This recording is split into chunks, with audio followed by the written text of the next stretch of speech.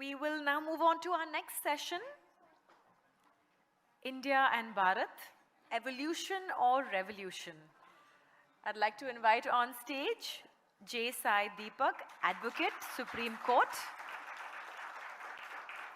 A very warm welcome.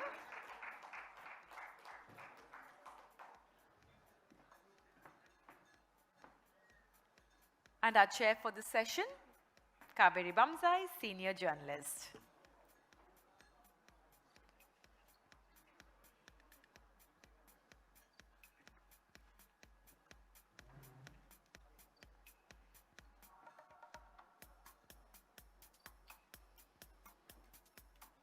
So, Sai, there are a lot of people who've been waiting to listen to you, so it better be worth it. Huh? No pressure. So, Sai has asked me not to call him an author, so I just asked him, so then who wrote your books? But truly, quite remarkable works of scholarship. Thank you. And this whole understanding of Hinduism, Hindutva, your coinage, which I like, Indic Renaissance, which is different, you feel, from Hindu nationalism. We'll go one by one quickly, and then we'll get into the discussion so that everyone has an understanding of what we're talking about. Sure. Hinduism, Hindutva, Indic Renaissance. Quick definitions. Way of life, not a religion, is the first definition for Hinduism, which has been forced to conform to the narrow confines of religion thanks to the Constitution's Christian take on religion. One. Second, Hindutva is a religio-political civilizational manifestation of the need to preserve the self. And therefore, it has a resistive component. And as I said before, it is the need or the necessity of the times that Hinduism lives in. Indic Renaissance is perhaps my way of looking at it, or perhaps I'm one of the stakeholders, which is to say that political Hindutva alone cannot do the job, because at the end of the day, it has a tendency to reduce nuance. It has a tendency to perhaps exploit a particular genuine sentiment for political ends, rightly so. However, societal Hindutva perhaps means the percolation of Hindu consciousness at every level in different fields, which includes culture, education, which was discussed today extensively, I think 2 sessions ago, legal thinking, political theories, environment, economics, and whatnot. So therefore, the need to increase Hindu consciousness across the board, independent of what happens at the political level, is perhaps the reason why I would want to call it as Indic Renaissance. In that particular sense, it is all-encompassing and it is much more comprehensive than political Hindutva. So are we in the age of Indic Renaissance, or are we at the cusp of it? I would say we are barely at the beginning of it.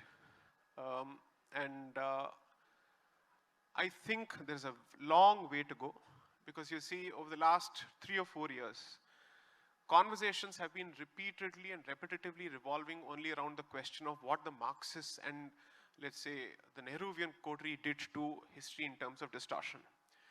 I think that discussion is more or less done and dusted. Now I think it's time to implement an action and put out the work. Because after a point, it ends up taking the shape of endless victimhood, where there is let's say there is no value addition.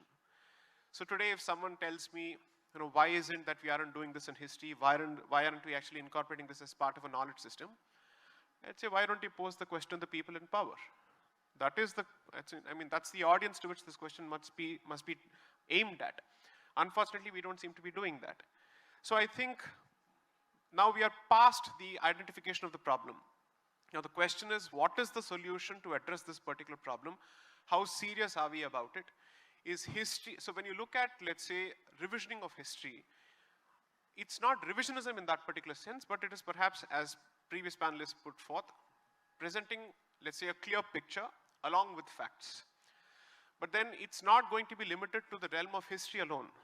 When you look at history, you're not going to be just limited to history of politics, but you're also going to be looking at history of education, history of culture, and whatnot, history of science in this country, so on and so forth. So that, I think, in that particular direction, NEP is perhaps a baby step of a baby step of a baby step. So Why do let's you see. say that? Because when the NEP came out, I clearly felt it was a half measure. The government was perhaps, and I'm not someone who can put myself in the shoes of the government, so I'm sure there are 108 considerations that they have in mind. But I believe that the government is constantly holding back its punches in this particular direction, either because of lack of confidence with respect to what it wishes to present, or because although it thinks that it is justified in the position that it wishes to take, it doesn't know how to respond to or parry the attacks from the usual suspects in the media and academic establishment. Therefore, That's hardly any left. no, I don't think so, ma'am. As someone who practices in the legal fraternity, take it from me, keep left is the principle still in several areas, not just when it comes to Indian roads. So I've seen that way too often. I do not want to suffer under the delusion that political victory translates to a shift in the academic Overton window or a shift in the cultural window. And dare I also say this, unfortunately, I think there is a certain degree of cultural continuity or historical continuity even in the manner that this particular dispensation views at its own history. So when people read my books, they tend to assume that this is supposed to be some kind of a stick to beat the Congress with or the left with. Unfortunately, they've got it wrong. That's not what I'm trying to say. Both the left and the right and the very existence of terms such as left and the right points to the problem here, which is that we seem to lack originality and the confidence to draw from our own civilization. And that, I would say, equally afflicts the current establishment to a significant degree, but perhaps not to the degree that it afflicts the Congress establishment or the other political options that are available at this point. So I would say that no option today is ideal, and maybe that is always going to be the case, but I hope we start moving in a particular direction where at the very least we take incremental steps in addressing and correcting this particular position.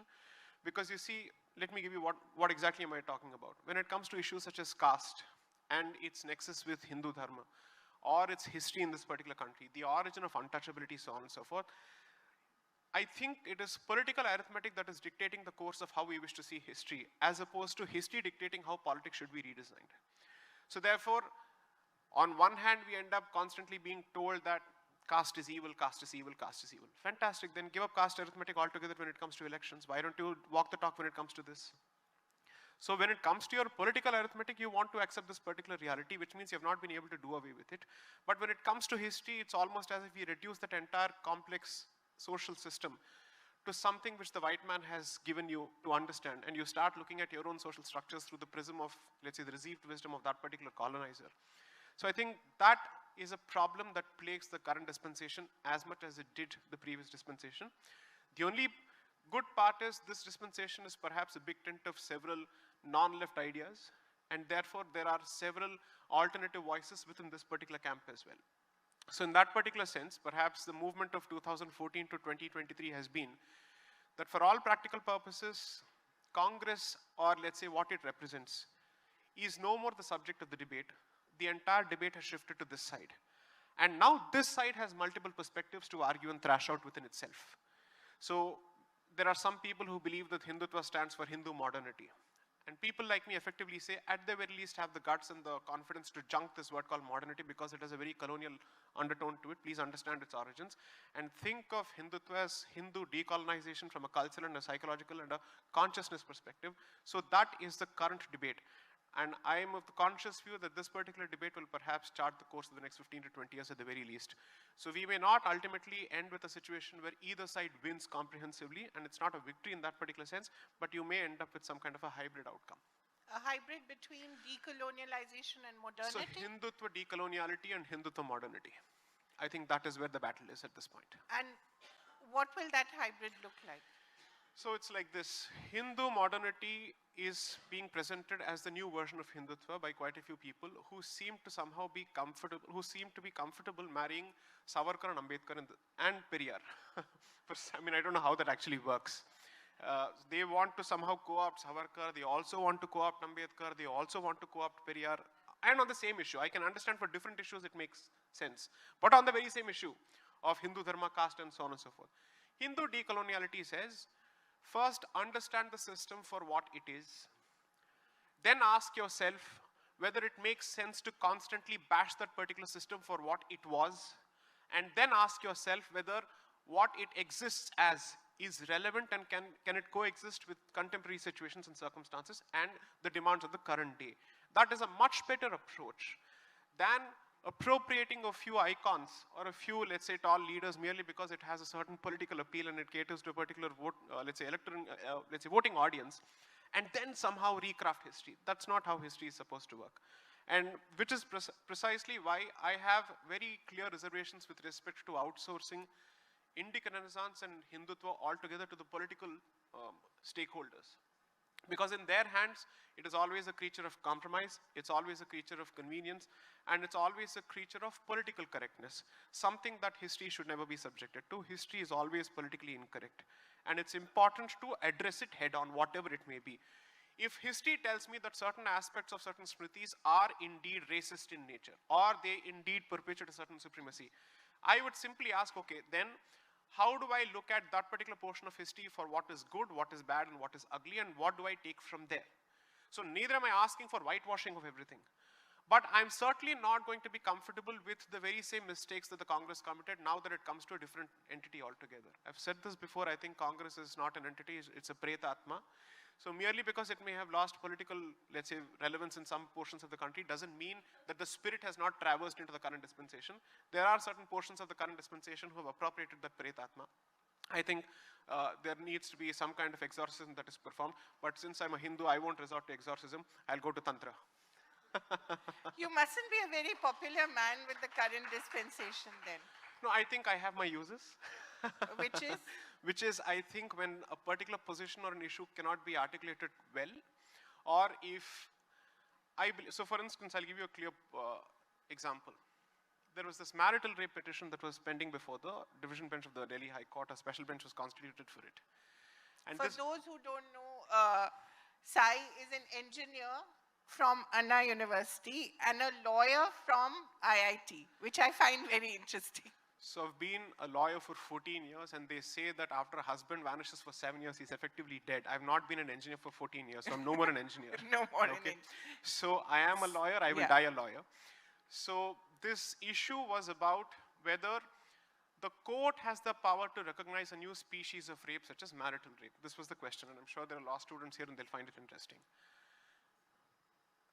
The government was not taking a clear position for whatever reason, and I think the very clear reason that was given, and I think which is very legitimate, was considering that this is a subject of law and order, states do have a right when it comes to this. So the government was actually respecting the concept of federalism and say that we are not going to take a unilateral position in this, we need to consult everybody else. But somehow the Delhi High Court was keen on proceeding with the matter with a lot of expedition. And so with no clear position forthcoming from the government, because it was still in the process of consultation, stakeholders such as me and others basically felt that an alternative position needs to be presented. And that alternative position is recognition of marital rape is justified, but it cannot come through the instrumentality of the court, because the court is not a legislative body. A court cannot lay down evidentiary standards. It is not mandated by the constitution. It is not equipped to do so by design. It needs to consult marriage counselors, social anthropologists, and whatnot. It does not have the benefit of their experience. Lawyers are not experts on everything from anthropology to gynecology, so let us be very clear about what our limitations are.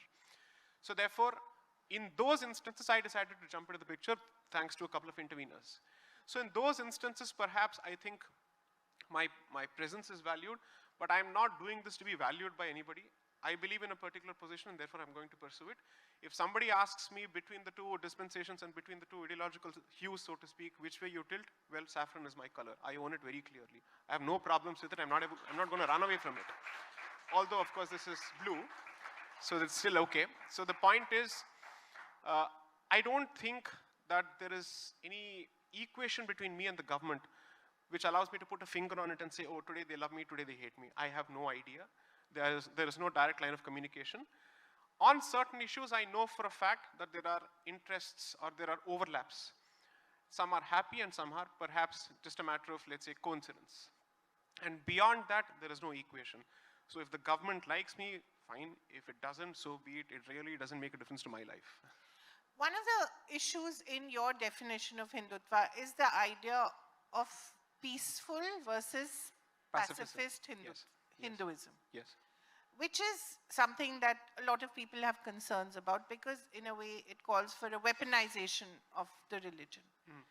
And it also in a way, otherizes Muslims in particular. Why do you think this is so important that you have to have an understanding that the martial element of Hinduism was something that was taken away from it, Right. and which we now need to revitalize or re-energize in Hinduism? I'm not asking for weaponization of Hinduism. I'm basically saying at least recognize the fact that your gods have weapons in their hands. Okay? And But they also have other things. That's not the so only. here's the thing. So I would say you may have a book and a weapon, and you may have a lotus and a weapon, in which case peace and power go hand in hand. Okay? My point is that a weak person who is emasculated has absolutely no bargaining chip to begin with and has no place at the negotiating table. So I think that's the fool's paradise to live in. And as much as I would want to believe as a constitutional, let's say as a practicing constitutional and commercial litigator, that the monopoly of violence or the monopoly of force must be exclusively with the government or the state, I've seen how it is wielded, and I've also seen how it is not conveniently. And I've also seen instances where entire swathes of population have been left to their own devices to protect themselves. The latest of instances being the anti-Hindu violence under the current dispensation of the West Bengal government in the aftermath of the elections in 2021. And as someone who argued before the Constitution bench of the Calcutta High Court on this particular matter, specifically enumerating instances of mass gang rapes, I know for a fact that the outsourcing of the monopoly over violence to the state has not exactly helped. Therefore, I'm not saying let's be unconstitutional. I'm not asking for militarization.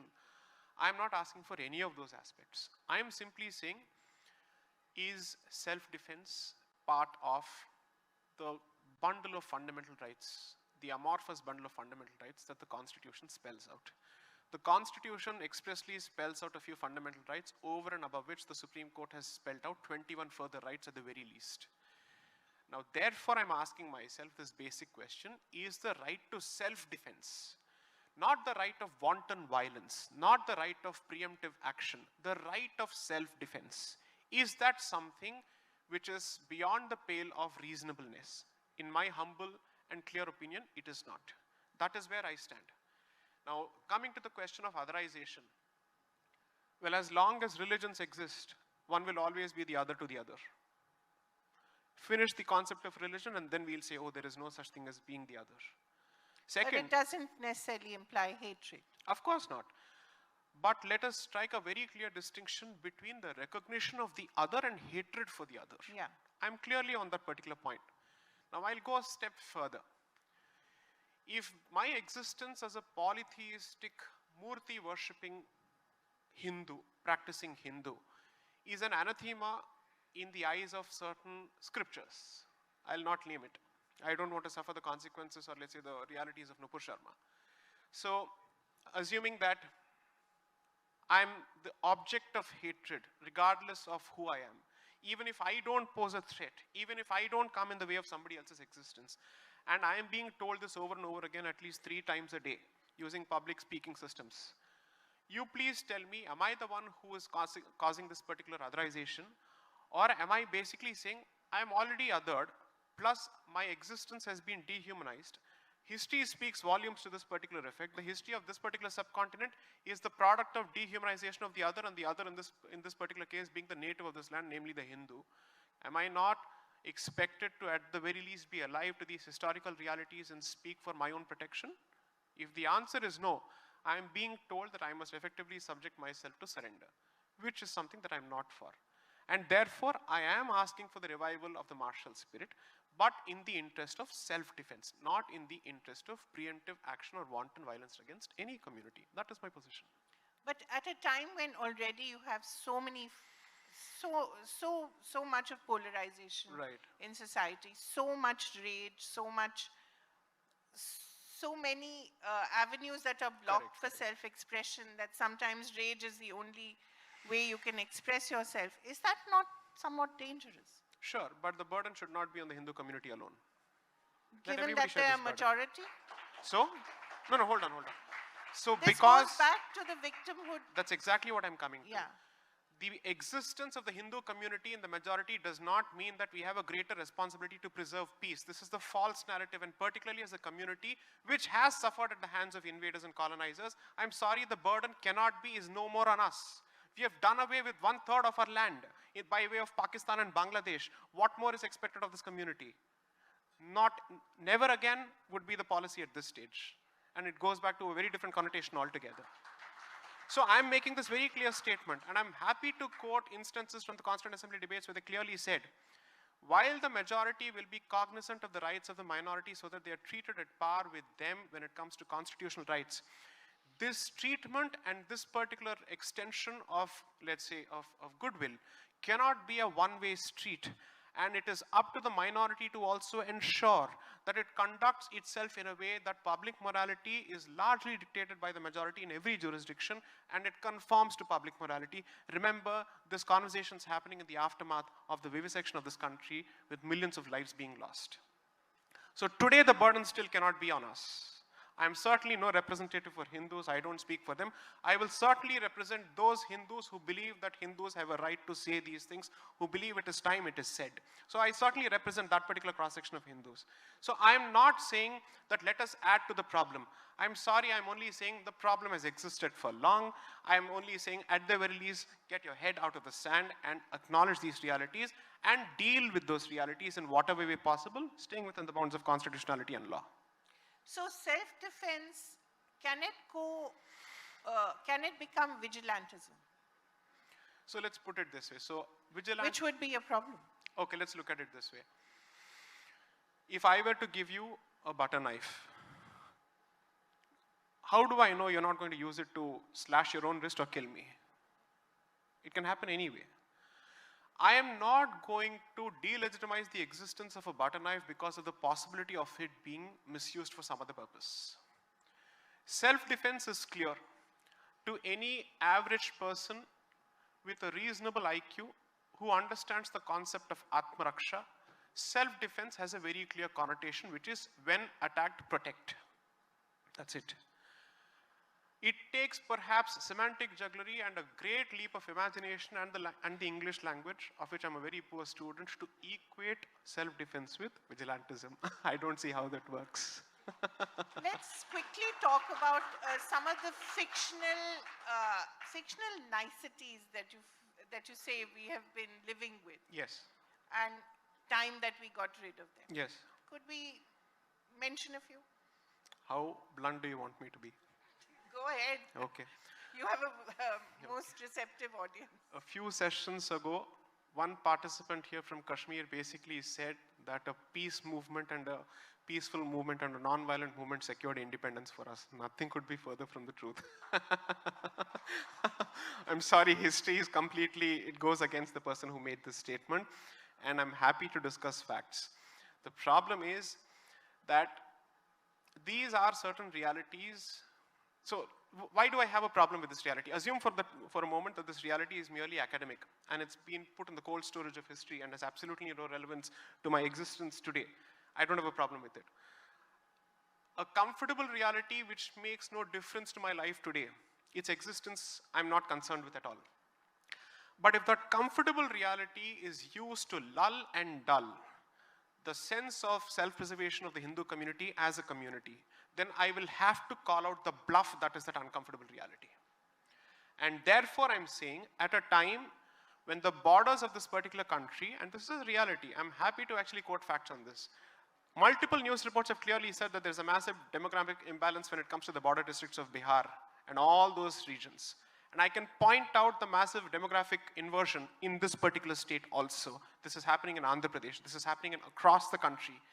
When this is the case, am I to continue to believe in this uncomfortable reality, or let's say this comfortable myth and fiction to my own detriment? I'm not going to. If this were not the case, I don't have a problem with it. But since it is a continuing reality, I have to deal with it. The problem is what we seem to be thinking of is the scepter of next round of partition, of the next wave of partition here at my doorstep? No, it is not. So why are we raking this up? 1947 never happened overnight. It did not even start with the Khilafat movement. It started at least 1.5 centuries before.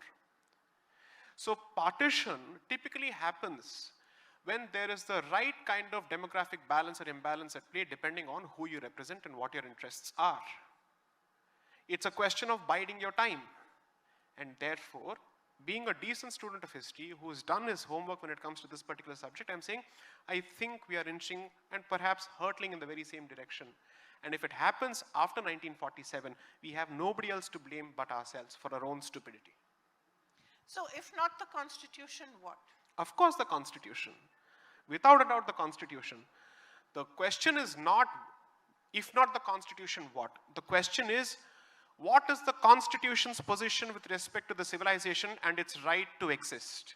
Hence the topic of the first book, India, that is Bharat, Coloniality, Civilization, Constitution, which is, what is the nexus between this civilization's basic impulses and the constitutional morality, or the constitutional morality that everybody constantly spews about and pontificates to the Hindu community about?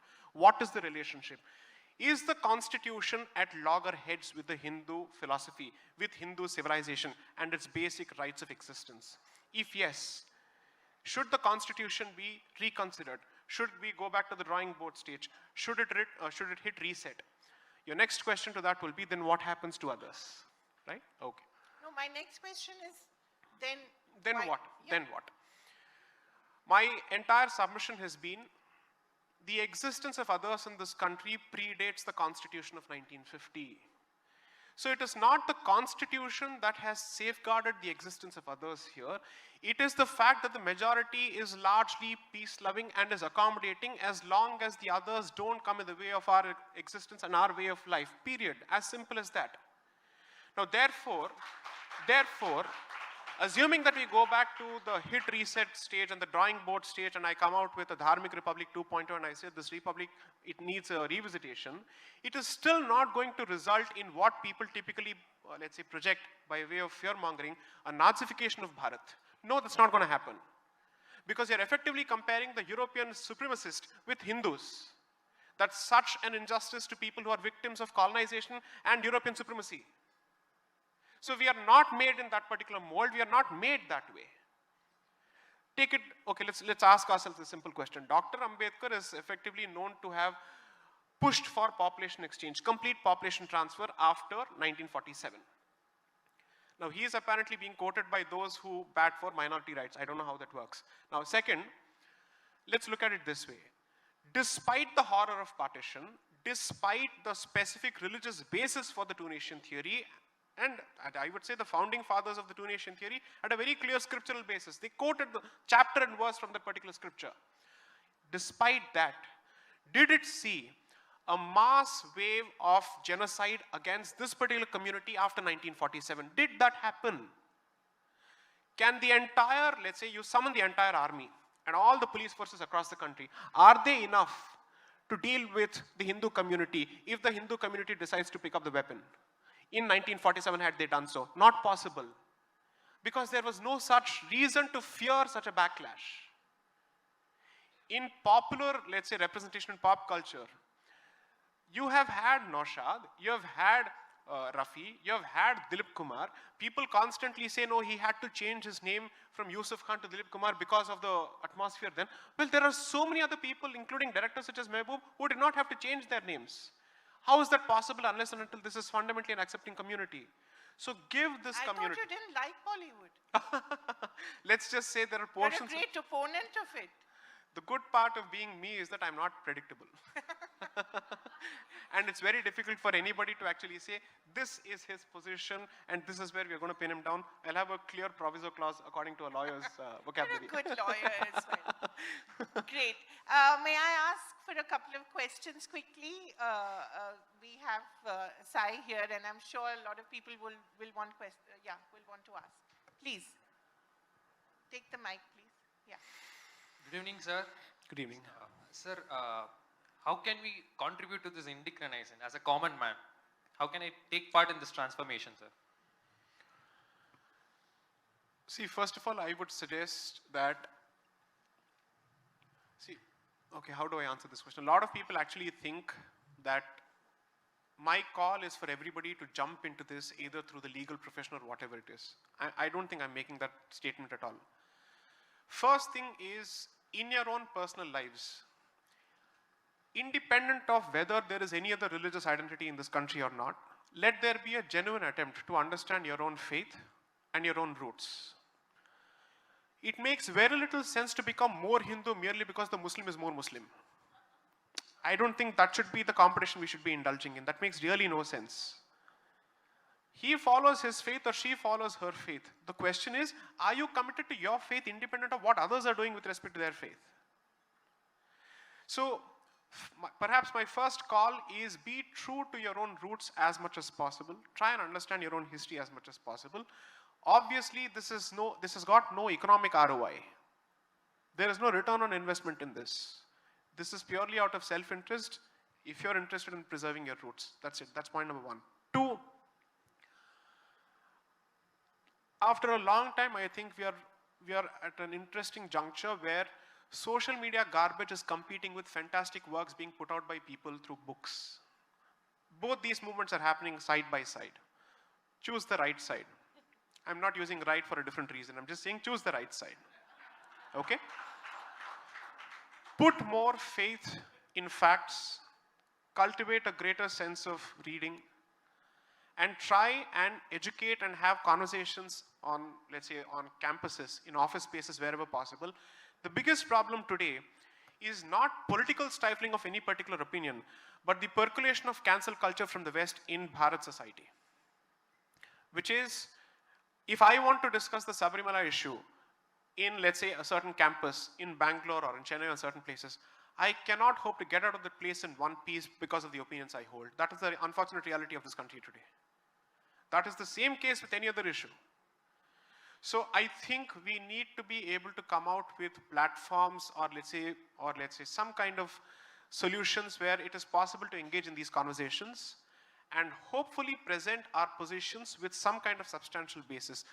Let opinions not precede facts. Let facts come first. Give facts an opportunity to breathe, which means it calls for greater homework. That's the first thing. Second, Therefore, attend more platforms like ours. I'll just take one point, just one final point.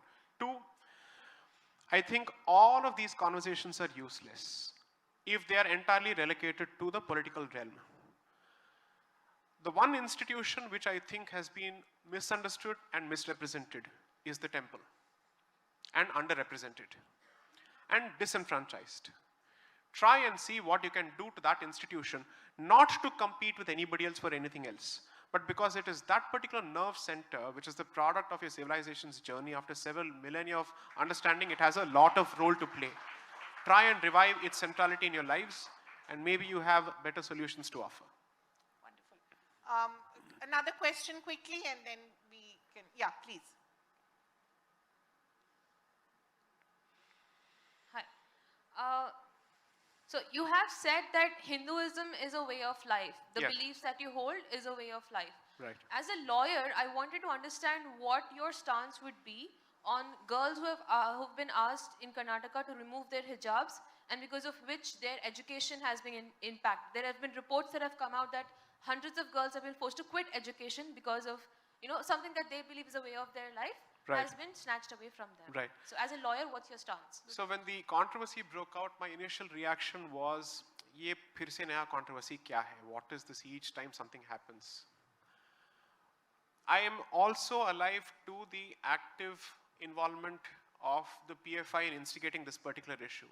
But let us look at it independent of that for a moment.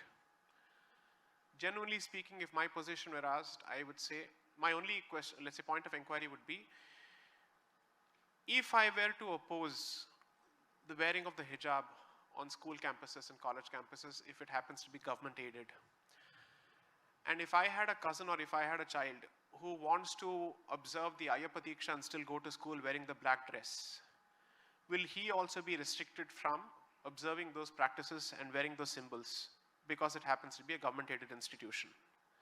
And from that perspective, I decided to spell out my position to say, uniform plus hijab, I don't see a problem. As long as the basic dress code exists, and over and above that you have the hijab, I don't have a problem with it. Because I don't subscribe to the militant notions of secularism under any circumstances. That's a position I've consciously taken.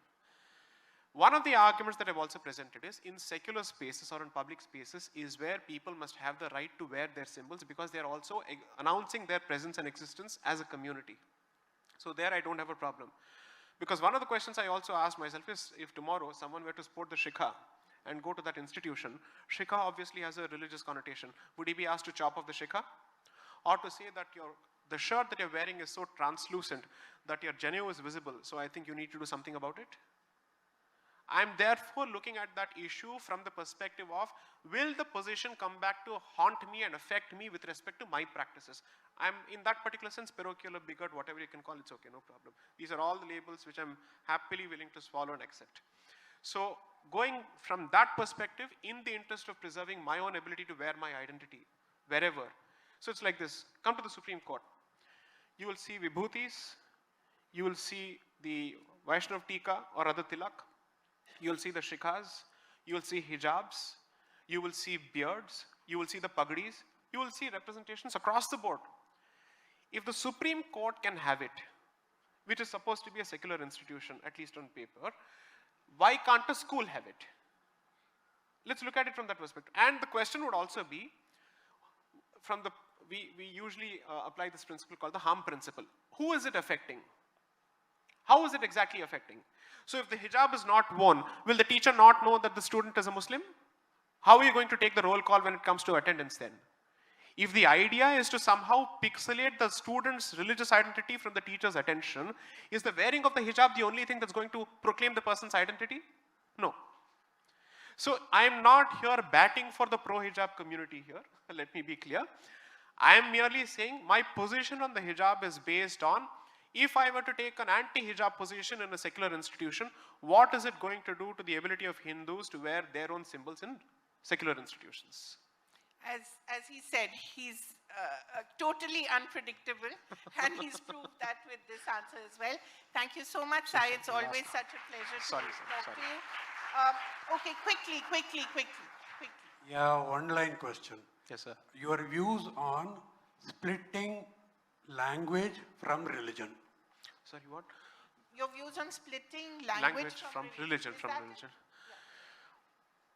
I think, I don't think the opinion on this subject can be cut and dried.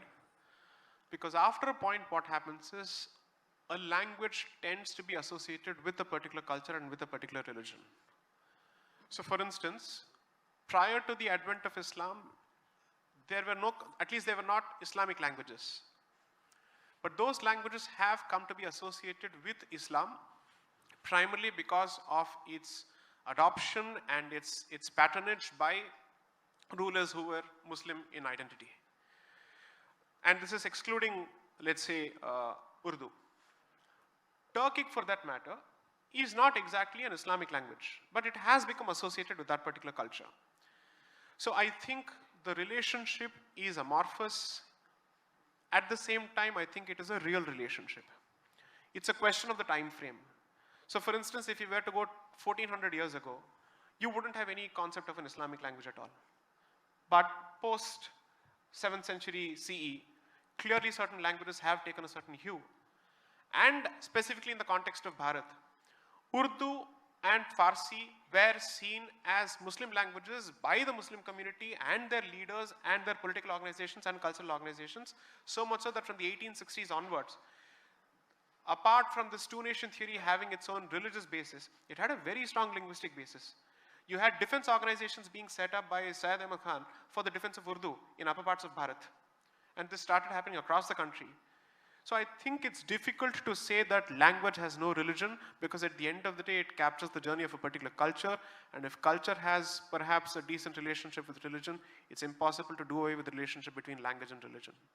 sir, a follow-up may be too much, because Kaveree ji has always been gracious with me and she's always given me an opportunity to spell out my point of view. I don't want to take her time for granted.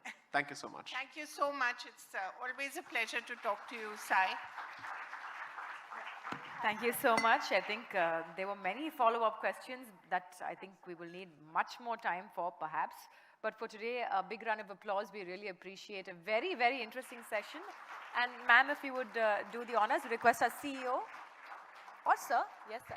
Either or, thank you. Thank you for joining us this evening.